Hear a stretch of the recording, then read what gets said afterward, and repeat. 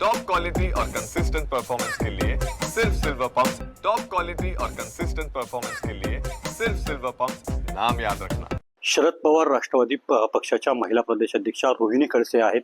त्यांनी काल ट्विट केलेलं आहे चित्रा वाघ संदर्भात. त्यांनी सभागृह हे बिग बॉस सारखं नाही, विचित्र हॅशटॅग सारखं टॅग केलेलं आहे.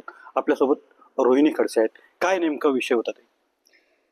काल आपण त्यांचं जे स्टेटमेंट बघितलं असेल तर सगळ्यात पहिले तर ते राज्याचं सर्व उच्च असं सभागृह आहे, जिथे एक गरिमा आहे त्या सभागृहाची, आणि त्या सभागृहामध्ये एक सुसंस्कृत भाषा अपेक्षित आहे.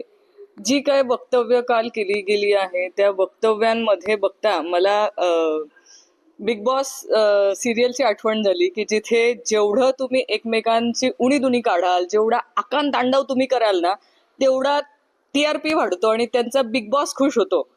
तसं वक्तव्य कुठेतरी कुणाला तरी खुश करण्यासाठी, म्हणजे कुठला तरी बिग बॉस बसलाय तो खुश होण्यासाठीचं वक्तव्य होतं का? कारण ती जी कालची वक्तव्य होती ही काही सुसंस्कृतपणाची वक्तव्य जी सभागृहात असली पाहिजे अशी नव्हती. पण अशा याला माझा आक्षेप हा आहे की सभापती महोदय तरी अशी वक्तव्य कशी खपवून घेत आहेत, जेव्हा महाराष्ट्रामध्ये शेतकऱ्यांच्या, कापूस उत्पादकांचे अनेक प्रश्न आहेत, त्यांच्या शेतीमालाला भाव देण्याचे अनेक प्रश्न आहेत. जेव्हा विरोधक ह्या विषयांवरती बोलायला जातात तेव्हा सभापती महोदय त्यांना या विषयांवरती बोलायला हवा तेवढा वेळ मिळू देत नाहीत किंवा त्यांना देत नाही. आणि ह्या अशा फालतू गोष्टींसाठी एवढा वेळ कसा दिला जातो हा चिंतेचा विषय, की ते सभागृहामध्ये लोकांचे प्रश्न मांडण्यासाठी आहेत, तुमची उणीधुणी काढण्यासाठी ते सभागृह नाहीये. याच उत्तर त्यांनी दिलेलं आहे की रोहिणी खडसेंचे वडील हे सभागृहात माझ्या समोर बसतात, त्यांनाच विचारा त्यांनी. असं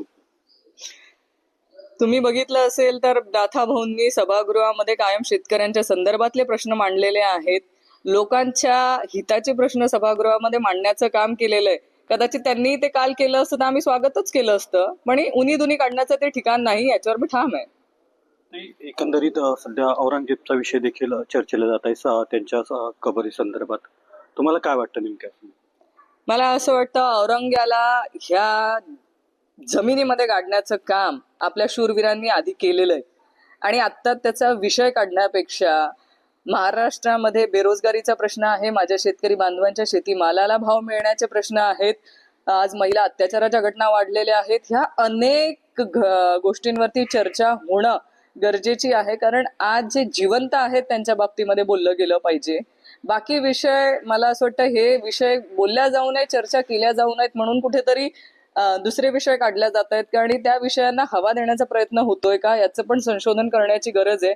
पण आज महाराष्ट्रामध्ये जे शेतकरी आत्महत्या करत आहेत, जे बेरोजगार तरुण आहेत ते आत्महत्या करत आहेत, ज्या महिला बिचाऱ्या त्यांच्यावरती अत्याचार झालाय, त्यांना न्याय मिळत नाहीये, त्यांच्या घरातला कुटुंबातले व्यक्ती आत्महत्या करण्याचा प्रयत्न करतायत, अशा लोकांना न्याय देण्यासाठी सगळ्यात पहिले लोकांनी एकत्र येणं गरजेचं आहे, ते महत्वाचं आहे. या होत्या रोहिणी खडसे. रवी गोरेसह मंगेश ढोले, TVNN मराठी, मुक्ताईनगर, जळगाव.